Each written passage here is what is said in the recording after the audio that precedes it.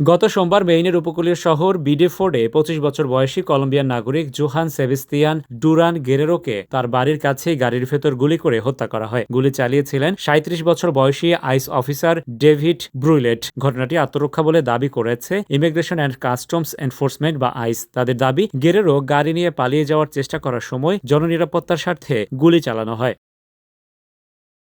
তবে associated press ও CBS নিউজের অনুসন্ধানে বেরিয়ে এসেছে এই কর্মকর্তার অন্ধকার অতীত। ব্রুইলেটের পরিবারের সদস্যরা জানিয়েছেন, ছোটবেলা থেকেই তিনি তীব্র বাইপোলার ডিসঅর্ডার বা মানসিক সমস্যায় ভুগছিলেন। এমনকি ১২ বছর বয়সে দুবার আত্মহত্যার চেষ্টাও করেছিলেন তিনি। এরপরও সামরিক বাহিনীতে যোগ দেন এবং ২০১২ সালে আফগানিস্তানে নিয়োজিত ছিলেন। তার এক নিকটাত্মীয়ের দাবি, আফগানিস্তানের যুদ্ধ পরিস্থিতি ব্রুইলেটের মানসিক অবস্থাকে আরও উগ্র ও হিংস্র করে তোলে।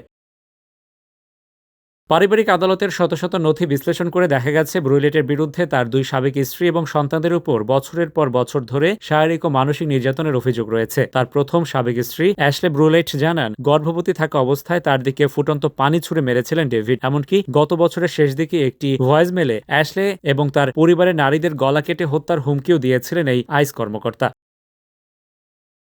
ট্রাম্প প্রশাসনের অভিবাসন বিরোধী কড়াকড়ি শুরুর পর থেকেই আইস এজেন্টদের সাথে এনকাউন্টারে এ পর্যন্ত অন্তত ১০ জনের মৃত্যু হয়েছে। এই পরিস্থিতিতে নিয়োগ প্রক্রিয়ার খামতি নিয়ে প্রশ্ন করা হলে আইসের পক্ষ থেকে কর্মকর্তার নাম প্রকাশ করতে অস্বীকৃতি জানানো হয় এবং বলা হয়, এই অফিসারের প্রায় ১ দশকের ফেডারেল আইন প্রয়োগের অভিজ্ঞতা এবং প্রয়োজনীয় ট্রেনিং রয়েছে। হোয়াইট হাউস থেকেও এ বিষয়ে সমস্ত প্রশ্নের দায় আইসের উপর ছেড়ে দেওয়া হয়েছে।